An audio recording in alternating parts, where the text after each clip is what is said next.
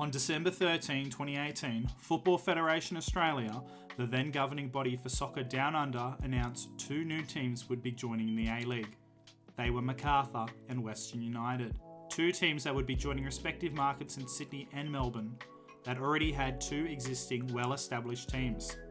Many questioned their credentials when they were admitted, believing other teams from Wollongong, Canberra or South Melbourne were more worthy additions than them. Since then, despite both teams winning silverware, neither club has been able to capture the imagination of supporters, with both clubs struggling to pull decent crowds. So how did we end up with these 2 expansion teams, despite the general uninterest in them? Why were they selected? And what teams did they beat out to get a spot in the A-League? Well, that's what we're looking at today.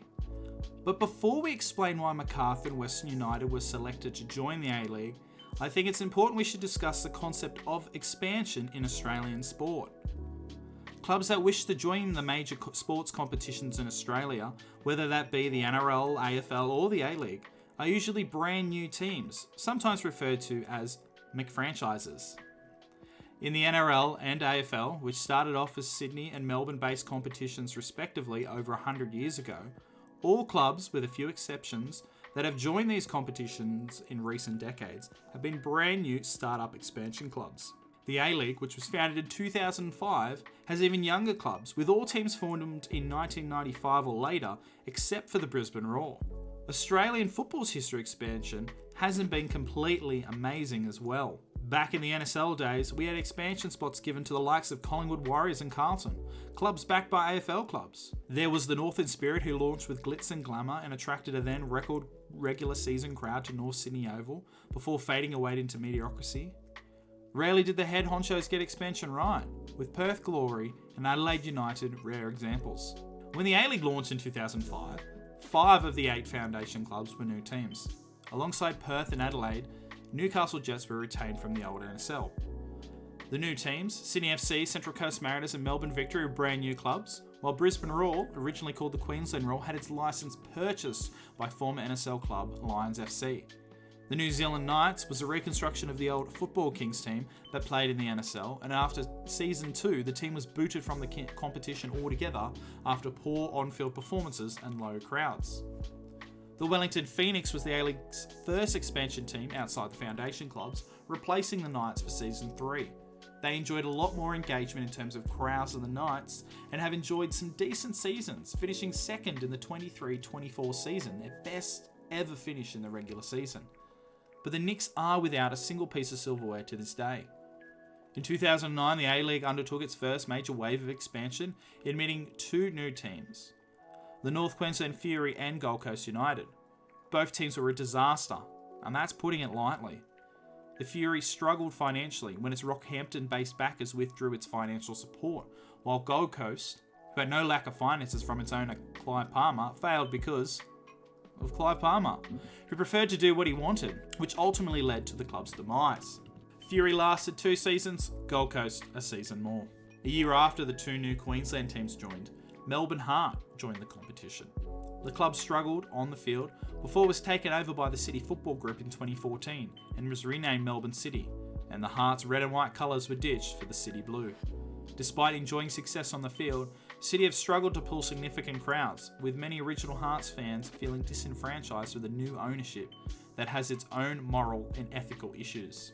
After the demise of Gold Coast, the FFA acted quickly to keep the competition at 10 teams, with the hastily formed Western Sydney-based team joining at late notice.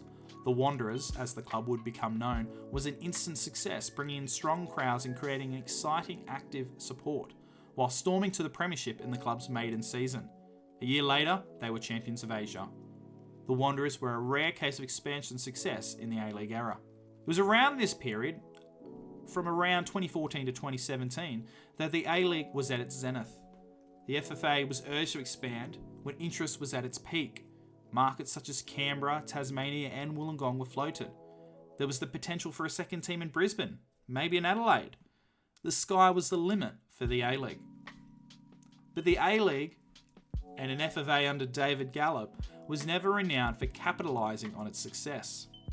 Expansion never happened.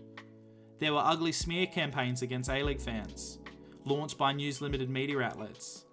There was widespread protest following that. Fans were compared to terrorists on talkback radio. When those fans needed the backing of the FFA and Gallop the most, they turned their backs on them. Some fans were lost forever. At the start of 2018, the FFA reported that average attendances at games were down by 15%, while television audiences had dropped as well. In an attempt to engage with fans and TV viewers, David Gallop, the CEO of the FFA, targeted the 2019-20 season as the start date for two brand new expansion teams. A month later in March, the FFA called for expressions of interest from potential bidders who were asked to provide information about their strategy for a new club and to provide their financial credibility. But already there were flaws in the expansion process, as the two clubs were expected to be in Sydney, Melbourne, or Brisbane, locations that already had well-established A-League clubs. In calling for expressions of interest, Gallop was quoted by the AAP as saying, "We must do all we can to ensure that sound business principles and more generally the best interests of football are considered and applied." It was clear in the early days of the expansion process that Gallop had made it clear he was only interested in bids that had strong backers. While this of course is crucial to the success of any franchise in having strong backers, Gallop was missing a crucial part of expansion, the very nature of expansion itself, making sure that the competition expanded into new markets and not oversaturating existing ones. It should also be noted that the FFA's decision on expansion would be heavily swayed by the powers that be at Foxtel, the broadcaster of the A-League at that time. It was rumoured that Foxtel wanted teams in Sydney and Melbourne because that's where most of the television audience was based. Funnily enough, within 2 years of the expansion teams being announced, Foxtel had broken a contract it had signed with the A-League, throwing the competition into absolute disarray and uncertainty. Despite this, expansion attracted a wide variety of bids from all over Australia. By the deadline in May of 2018, the FFA received a whopping 15 submissions. That included bids from Canberra, Southwest Sydney, Southern Expansion, Wollongong Wolves, Macarthur, Brisbane City, Gold Coast United, Ipswich, West Adelaide, Tasmania, Team 11, South Melbourne, Western Melbourne, Belgravia Leisure, and Fremantle City. Wollongong Wolves, Brisbane City, Gold Coast United, West Adelaide, South Melbourne, and Fremantle City were all existing teams. Canberra would be a new team, as would Macarthur, the Liverpool-based Southwest Sydney team, Ipswich, Tasmania, Team 11, which was to be based in South East Melbourne, Western Melbourne, and Belgravia Leisure. One team I haven't mentioned there is Southern Expansion, and they were probably the most ridiculous bit of the lot, as it planned to cover the St George, Sutherland Shire, and Illawarra regions, which spans close to 100 kilometres and 2 major cities. Disappointingly, the chairman of this group was the iconic SBS broadcaster Les Murray. The bid was slammed by ex-Sydney FC CEO Danny Townsend, yes, that Danny Townsend, as embarrassing, claiming it would cut into the Sky Blues fan base in the region. Listen here, Danny, there's no need to get emotional. The Macarthur and Southwest Sydney bids would ultimately merge and quickly became one of the favourites to snag a spot in the A-League thanks to the combined resources of the two bids. The Team 11 bid was set to be based in Melbourne's South East, an area home to more than 1.7 million people. The 6 biggest clubs in the southeast area of Casey and Dandenong united for the bid. The backers planned to build a brand new stadium next to Dandenong Railway Station and would train and be administered at Casey Fields. Now, not much is remembered about Belgravia Leisure's bid, but they planned to be based in Inner Melbourne. It was late to the bidding party and backed by Jeff Lord, the former Melbourne Victory chairman.